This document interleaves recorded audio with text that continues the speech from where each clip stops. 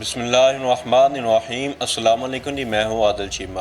بہت دنوں سے واقعات پیر حق خطیب عرف شوشو والے سرکار کی طرف سے چلتے آ رہے ہیں۔ یہ بندہ حق خطیب صاحب یہ لوگوں کا پیچھا نہیں چھوڑ رہے، کبھی کسی کو جناب تکلیف پہنچا رہے ہیں اور کبھی کسی کو، لیکن ان کو چاہیے کہ جناب اب اپنی حرکات سے باز آ جائیں اور لوگوں کو تکلیفات پہنچانے سے گریز کریں۔ پچھلے دنوں میں نے ویڈیو بنائی تھی عظمیٰ بہن کی، جن کا چینل ہے سٹرونگ عظمیٰ کے نام سے۔ ان کو جناب دھمکیاں بھی دی گئیں، ان کے چینل کو بند کروانے کی بھی کوشش کی گئی، لیکن اس کے باوجود بھی یہ بندہ ان کو نہیں چھوڑا، یہاں تک کہ ایک مجبور عورت کو اپنا گھر چھوڑنے پر انہوں نے مجبور کر دیا۔ وہ کیسے، میں آپ کو بتاتا ہوں۔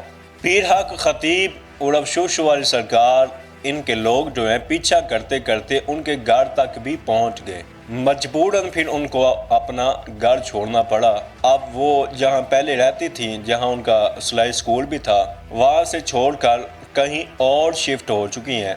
یہ تمام بیان انہوں نے رات پریس کانفرنس کی، جس میں جناب ینگ میڈیا ایسوسی ایٹ کے سارے صحافی تھے اور ان کے ساتھ حارث کھوکھر بھائی اور ڈاکٹر صاحبہ بھی ساتھ موجود بیٹھی ہیں، اور انہوں نے جناب ڈاکٹر صاحبہ نے اور حارث کھوکھر بھائی نے جناب مکمل حمایت کی اور ان کو جناب حوصلہ دیا کہ ہم انشاءاللہ آپ کے ساتھ ہیں۔ وہ ہی نہیں، انشاءاللہ ہم بھی اور پاکستان کا جتنا بھی میڈیا ہے انشاءاللہ سٹرونگ عظمیٰ بہن کے ساتھ ہے۔ لیکن آپ احباب ذرا غور سے اس بات کو سماعت فرمائیں۔ قرآن پاک میں بہت ساری تاکید ہے کہ عورت کی حیا لازم ہے مرد پر۔ اللہ والوں کا جو پیشہ رہا ہے، بہت سارے اولیاء اعظام ایسے گزرے ہیں کہ جنہوں نے عورتوں کو اسلام کی دعوت دی اور وہ بعد میں ولیہ کاملہ وقت کی بنی۔ بہت سارے ایسے واقعات ہیں کہ وہ جناب مسلمان ہوئیں اور اس کے بعد انہوں نے توبہ کی اور توبہ کر کے ولی کاملہ بن گئے، جن میں حضرت جنید بغدادی رحمۃ اللہ علیہ اور دیگر بھی اولیاء کرام کے نام منسوب کیے جاتے ہیں۔ لیکن اللہ والوں کی یہ جناب بالکل حرکت نہیں ہوتی، یہ طریقہ نہیں ہوتا کہ وہ عورتوں کو یڑ گمال بنائیں اور ان کے اوپر جناب اٹیک کریں۔ میں نے آپ کو بتایا تھا کہ انہوں نے ایسے میسیجز سٹرونگ عظمیٰ کو کیے کہ آپ اگر سنیں گے تو حیران رہ جائیں گے۔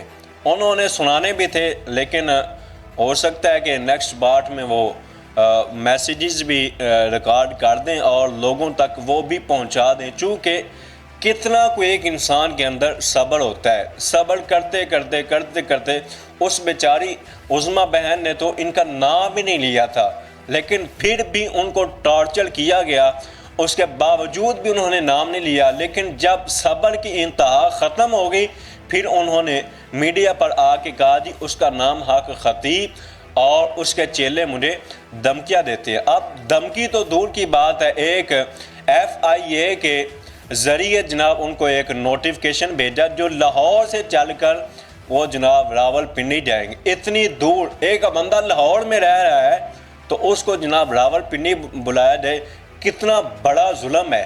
لیکن پھر بھی وہ قانون کو مد نظر رکھتے ہوئے انشاءاللہ قانون کی پاسداری کریں گے اور وہاں پہنچیں گے۔ لیکن بتانے کا مقصد یہ ہے کہ ایک عورت، اس نے کون سا اتنا بڑا گناہ کر دیا ہے۔